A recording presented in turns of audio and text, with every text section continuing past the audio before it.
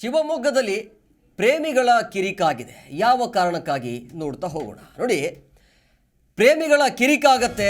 ಯುವಕನಿಂದ ಯುವತಿಗೆ ಚಾಕು ಇರಿತ ಆಗಿದೆ. ಶಿವಮೊಗ್ಗದ ಶಿವಪ್ಪ ನಾಯಕ್ ವೃತ್ತದಲ್ಲಿ ಯುವತಿಗೆ ಚಾಕು ಇರಿತ ಆಗಿದೆ. ಯುವತಿ ಅಂಬಿಕಾ ಅಂತೇಳಿ 22 ವರ್ಷ. ಈಕೆಗೆ ಚಾಕು ಇರಿದಿರುವಂಥ ಯುವಕ ಚೇತನ್ ಅಂತೇಳಿ 28 ವರ್ಷ. ಶಿವಮೊಗ್ಗದ ಆಡೋನಹಳ್ಳಿ ಗ್ರಾಮದ ಯುವಕ ಯುವತಿಯರು ಅಂದರೆ ಒಂದೇ ಗ್ರಾಮದವರು. ಚಾಕು ಇರಿದ ಯುವಕನಿಗೆ ಸಾರ್ವಜನಿಕರಿಂದ ಧರ್ಮದೇಟು ನೀಡಲಾಗಿದೆ. ಒಂದೇ ಊರಿನವರು ಇವರು. ಸೊ ಪ್ರೇಮಿಗಳ ಕಿರಿಕಿಂದಾಗಿ ಚಾಕುವಿನಿಂದ ಯುವತಿಗೆ ಚಾಕು ಇರಿತ ಆಗಿರುವಂಥದ್ದು, ಯುವಕನಿಂದ ಆಗಿರುವಂಥದ್ದು ಇದು.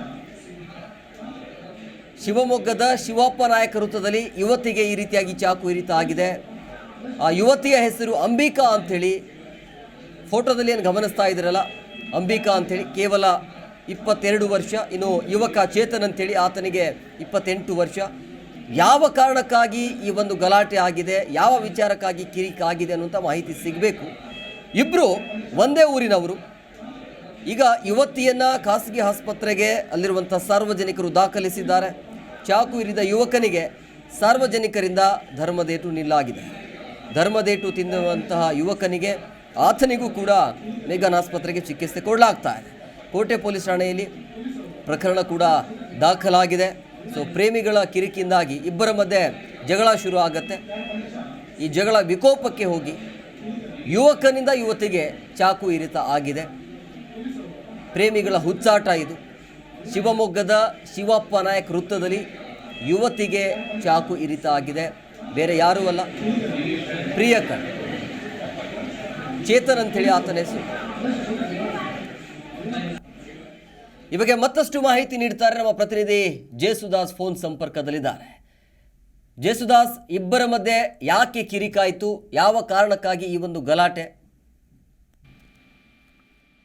ಕುಮಾರ್, ಇದು ಹಳ್ಳಿಯಲ್ಲಿ ನಡೆದಂತ ಒಂದು ಪ್ರೇಮ ಘಟನೆ ಸಂಬಂಧಪಟ್ಟಂತೆ ಸಿಟಿಯಲ್ಲಿ ಅದಕ್ಕೆ ಪ್ರತಿಕ್ರಿಯೆಯಾಗಿ ಒಂದು ಪ್ರತಿಕಾರದ ಭಾಗವಾಗಿ ತನ್ನ ಪ್ರೇಯಸಿಯನ್ನೇ ಯುವಕ ಚಾಕುವಿನಿಂದ ಇರಿದು ಕೊಲೆಗೆ ಯತ್ನಿಸಿದಂತ ಒಂದು ಘಟನೆ ಶಿವಮೊಗ್ಗ ನಗರದ ಶಿವಪ್ಪ ನಾಯಕ ವೃತ್ತದಲ್ಲಿ ನಡೆದಿರುವಂತದ್ದು ಘಟನೆಗೆ ಇವತ್ತು ಶಿವಮೊಗ್ಗ ಸಾಕ್ಷಿ ಆಯ್ತು ಅಂತ ಹೇಳ್ಬೋದು. ಯಾಕಂತಂದ್ರೆ ಏನು ಈ ಯುವಕ ಯುವತಿ ಬಹಳಷ್ಟು ದಿನಗಳಿಂದ ಅವ್ರು ಪ್ರೀತಿಸ್ತಾ ಇದ್ರು ಅಂತ ಬಿಟ್ಟು ಹೇಳಲಾಗ್ತಾ ಇತ್ತು. ಅವರು ಈ ಒಂದು ಸಂಬಂಧಪಟ್ಟ ಇತ್ತೀಚೆಗೆ ಅವರಿಬ್ಬರ ನಡುವೆ ಒಂದು ಪ್ರೇಮ ಲವ್ ಬ್ರೇಕಪ್ ಆಗಿತ್ತು.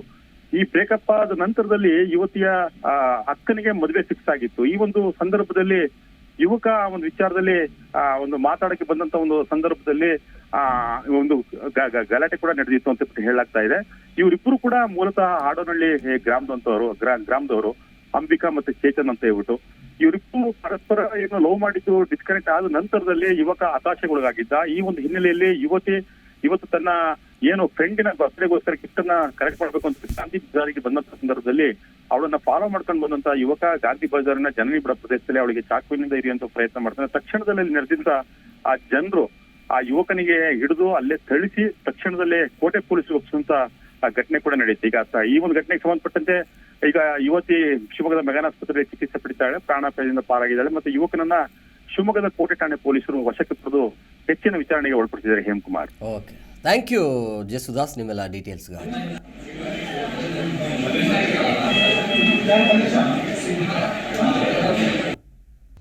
ಪ್ರತಿಕ್ಷಣದ ಸುದ್ದಿಗಾಗಿ Zee Kannada news app download ಮಾಡಿ.